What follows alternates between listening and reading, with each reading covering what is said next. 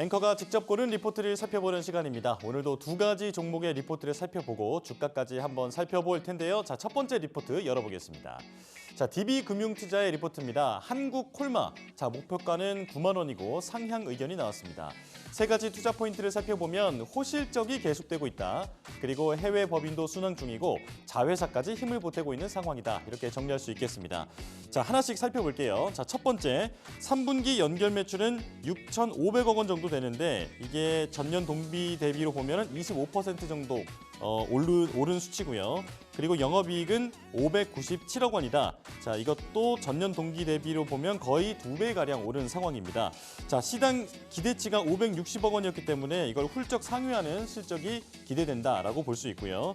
자, 지난해 동기에는 ERP 시스템 교체 때문에 큰 폭의 어닝 쇼크가 발생했었는데 그것의 기저 효과가 이번 분기에 나타나면서 3분기 한국 법인의 매출 증가율이 53%에 달할 것으로 전망된다라고 적었습니다.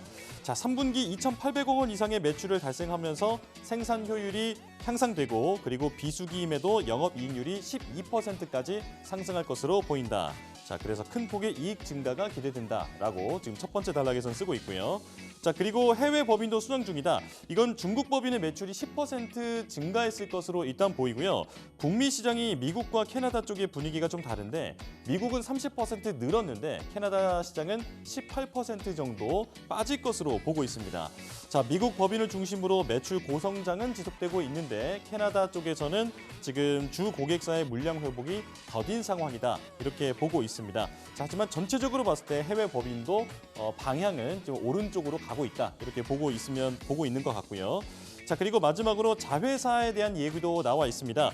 자, 포장용기 제조업체인 연우가 상반기에 흑자 전환에 성공했죠. 그리고 HK 이노회는 3분기에만 270억 원 이상의 영업이익을 기록할 것으로 전망됩니다.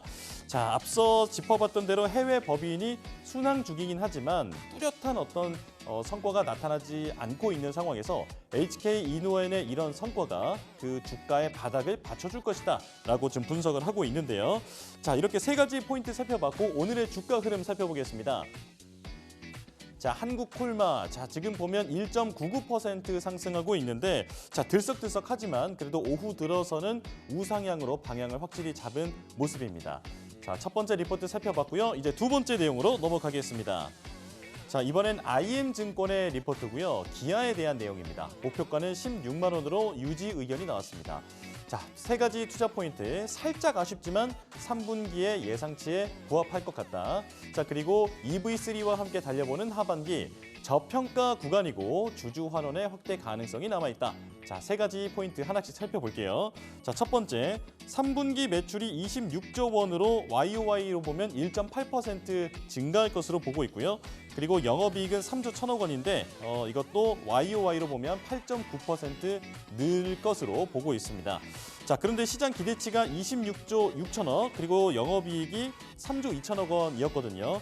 그래서 이 시장 기대치보다는 소폭 하회하긴 했지만 그래도 이 정도는 어떤 기대치의 전망에 부합한다라고 볼 수 있을 것 같습니다.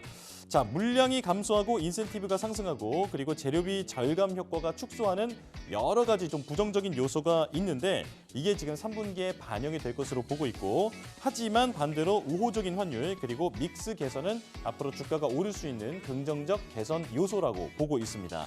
자, 두 번째 보겠습니다. 자, 3분기부터는 EV3, 저가 전기차죠. 이 차량의 판매가 시작됐습니다. 자, 하반기의 목표는 국내는 18,000대, 그리고 유럽 시장은 10,000대 정도 되는데요. 자, 유럽 전기차 시장이 다들 아시는 대로 좀 역성장이 우려되고 있는 상황입니다.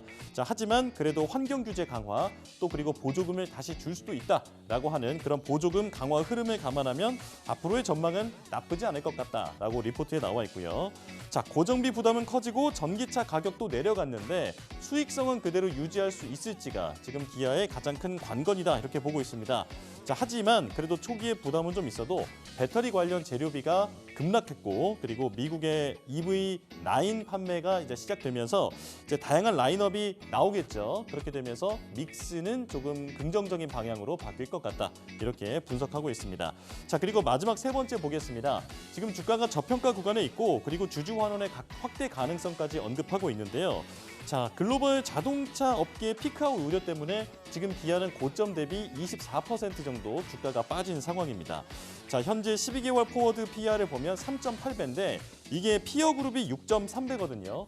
6.3배에서 10% 정도를 할인한 멀티플을 그동안 어떤 목표로 봤었는데 자, 그런 수준으로 봤을 때는 지금의 이 주가가 저평가다라고 보고 있는 겁니다.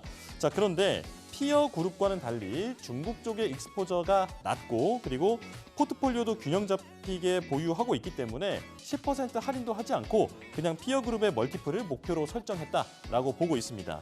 자, 게다가 4분기의 밸류업 공시 시점에 맞춰서 주주 환원 규모가 확대될 가능성까지 언급하고 있는데요.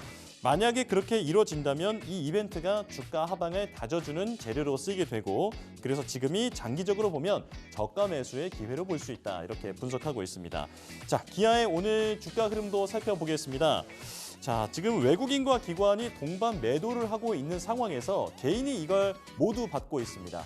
2% 넘게 상승하면서 기아도 단단한 흐름을 보여주고 있습니다. 자, 이렇게 두 가지 종목에 대한 리포트 살펴봤고요. 이어서 손창현 팀장이 골라온 리포트도 만나보도록 하겠습니다.